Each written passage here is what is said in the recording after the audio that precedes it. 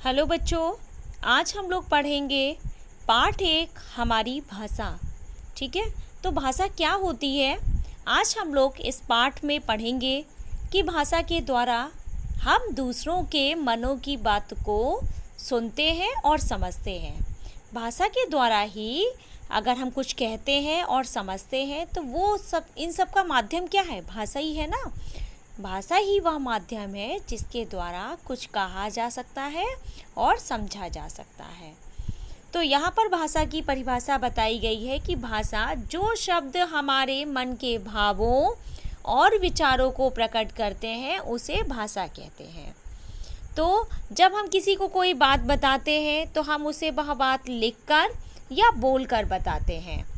भाषा में 4 बातें होती हैं: सुनना, बोलना, पढ़ना और लिखना।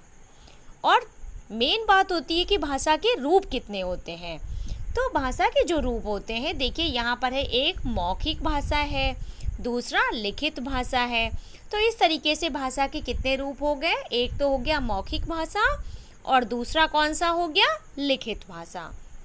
ठीक है, तो यहाँ पर जो देखिए ये सब हो गए इसके रूप। मौखिक भाषा में क्या होता है? मौखिक भाषा में जब हम अपने मन की बात को बोलकर दूसरों को समझाते हैं, कुछ कहकर समझाते हैं, तो उसे हम मौखिक भाषा कहते हैं। और लिखित भाषा क्या होती है? जिसमें हम अपनी बात को लिखकर प्रकट करते हैं, उसे हम क्या कहते हैं? लिखित भाषा कहते हैं। और एक भाषा और होती है जिसे हम संकेतों के द्वारा प्रकट करते हैं। जब हम अपनी बात को संकेतों के माध्यम से प्रकट करते हैं तो उसे हम सांकेतिक भाषा कहते हैं। और इस भाषा का प्रयोग खेल के मैदान में रेफरी के द्वारा किया जाता है। आप लोग मैच देखा है ना क्रिकेट में, उसमें रेफरी कहता है, कभी सिक्सर होता है, कभी कुछ होता है, तो वो सब अपने संकेतों के माध्यम से बताता है। तो संसार में पाए जाने वाले सभी प्राणियों में जो मनुष्य है ना, उसको बहुत ही श्रेष्ठ माना गया है, क्योंकि वह भाषा को बोलना भी जानता है और समझना भी जानता है। और यदि मनुष्य को भाषा का ज्ञान नहीं होता तो उसमें और पशु पक्षियों में कोई अंतर नहीं होता, क्योंकि उन्हें तो इस चीज़ का ज्ञान होता नहीं है। तो इसके द्वारा हमने क्या सीखा कि भाषा जो है वो बोलचाल और लिखने पढ़ने का साधन है। भाषा 2 प्रकार की होती है, मौखिक भाषा और लिखित भाषा। और एक बात है जो बहुत ही इम्पॉर्टेंट है कि हिंदी जो है वो हमारी राजभाषा है। और हमारे घरों में कौन सी भाषा बोली जाती है? हिंदी बोली जाती है।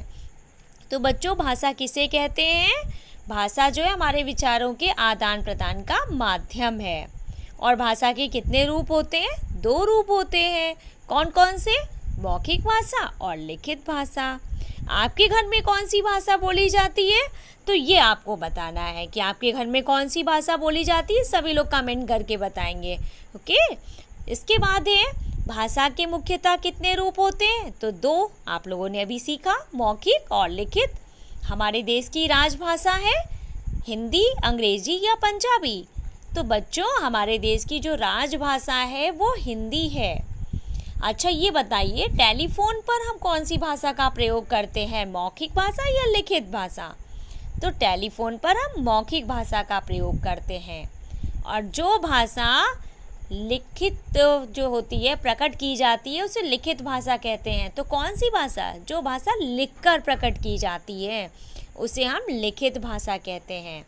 तो बच्चों, यहाँ पर हमने सीखा कि भाषा के 2 रूप होते हैं।